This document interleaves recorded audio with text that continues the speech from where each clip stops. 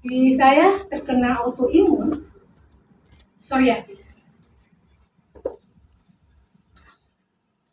di tahun 2009. Mungkin ada beberapa cerita, tapi mungkin saya tidak bisa cerita di sini. Saya mulai terkena itu dari kulit kepala. Dia seperti ketombe.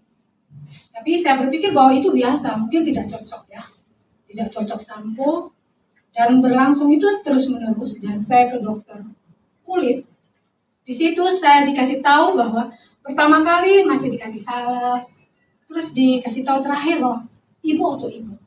Dan autoimun ini tidak ada obat. Di situ saya marah, saya kesal, dan saya keluar dari dokter. Suami saya tetap mengikuti. Kemudian saya ke Siloam Kupang belum ada. Saya ke Siloam Surabaya. Saya kontrol di sana dan memang saya autoimun psoriasis. Dia menyerang kulit. Sebagai karyawati bank itu dilema berat. Karena saat itu saya teller. Bagaimana saya bertemu dengan semua orang dan saya dalam kondisi kulit yang saya tidak bisa mencerita. Saya mau ke kantor itu adalah sesuatu hal yang dan saya dilema. Kalau saya berhenti kerja, saya butuh juga uang. Kemudian ya saat itu ya mungkin rezeki saya ya ada buka job akun officer kredit. Saya tes dan saya lulus. Berarti kan saya tidak di front office, saya back office dan saya bertemu dengan orang mungkin ya. Tapi saya santai, saya tidak peduli karena hanya dikasih ke dokter, hanya dikasih obat tahan sakit, saya ingat Lemason, semua obat itu. Dan dari 2009 ya sampai 2018, 2017 saya jadi muka saya bengkak semua. Saya seperti gendut begitu. Tapi saya tahu itu mungkin efek dari obat. Ya, 2018 saya ambil. Karena di akhir tahun biasanya kalau pegawai bank di akhir tahun itu tingkat kerjanya kita bisa sampai rumah setengah 12 malam. Kemudian saya ambruk di 2018. Saya 2019 lebih parah. Saya masuk ke rumah sakit Siloam itu di dalam kondisi tubuh saya semua merah. Dan saya jadi bahan penelitian. Semua dokter datang lihat. Satu datang lagi, saya baru keluar 15, satu lagi datang. Saya rasa-rasanya, saya jadi. Kemudian 2020 puncak. Saya plak dan saya pulang dalam posisi lumpuh. Karena saya kena autoimun satu lagi. Rheumatoid arthritis. Lihat jari-jari saya. Dan itu cacat. Kalau rheumatoid arthritis dibiarkan dia cacat. Sudah pasti cacat. Kemudian saya tidur. Saya benar-benar tidur di tempat tidur. Dari 78 kilo. Dari tahun Mei 2020 sampai 2021 Juni saya tidur. Jadi saya pokoknya semua saya lakukan dengan pakai pispot semuanya. Kemudian saya kena seperti kekakuan otot ya.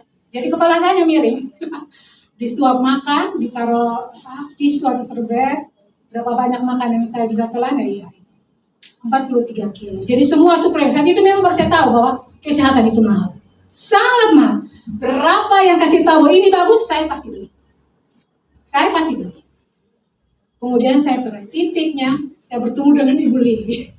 Ibu Lili telepon, saya tidak angkat, Pak. Mau ketemu saya tidak mau, tapi Ibu Lili mau. Teman-teman saya semua melalui Ibu Lili. Terus dikirimlah saya satu botol TF formula. Saya itu tidak bisa tidur, Pak. Saya kalau mau dikasih pindah dari kaki ini balik. 15 menit saya menangis lagi. Saya tidak tahu saya sakitnya di mana. Kalau terlalu sakit. Rheumatoid arthritis terlalu sakit. Sangat sakit karena sendi-sendi kita bengkak. Sangat bengkak. Kemudian saya coba.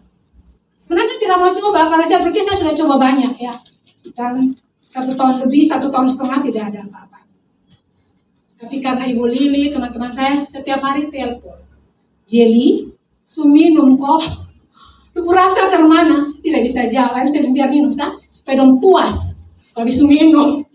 Saya minum satu-satu. Dan 1 minggu saya rasa kok, saya bisa tidur. Saya bisa tidur, padahal saya tidak bisa tidur. Saya bisa tidur, kemudian saya naik dosisnya 2. Sendi-sendi saya yang sakit sudah tidak terasa lagi. Selesai sebelum 1, saya minta Lili lagi, 1 lagi. Semua ketawa, kok bisa? Saya tambah 1. Setelah 1, saya sudah bisa balik badan. 2 botol. Saya minta Lili paket. Saya minta paket. Paket pertama, paket kedua, saya jalan, Pak.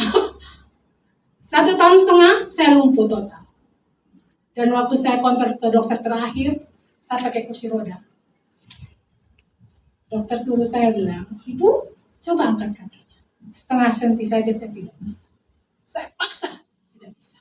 Dan dokter bilang, Bapak, siap-siap bantu Ibu ya.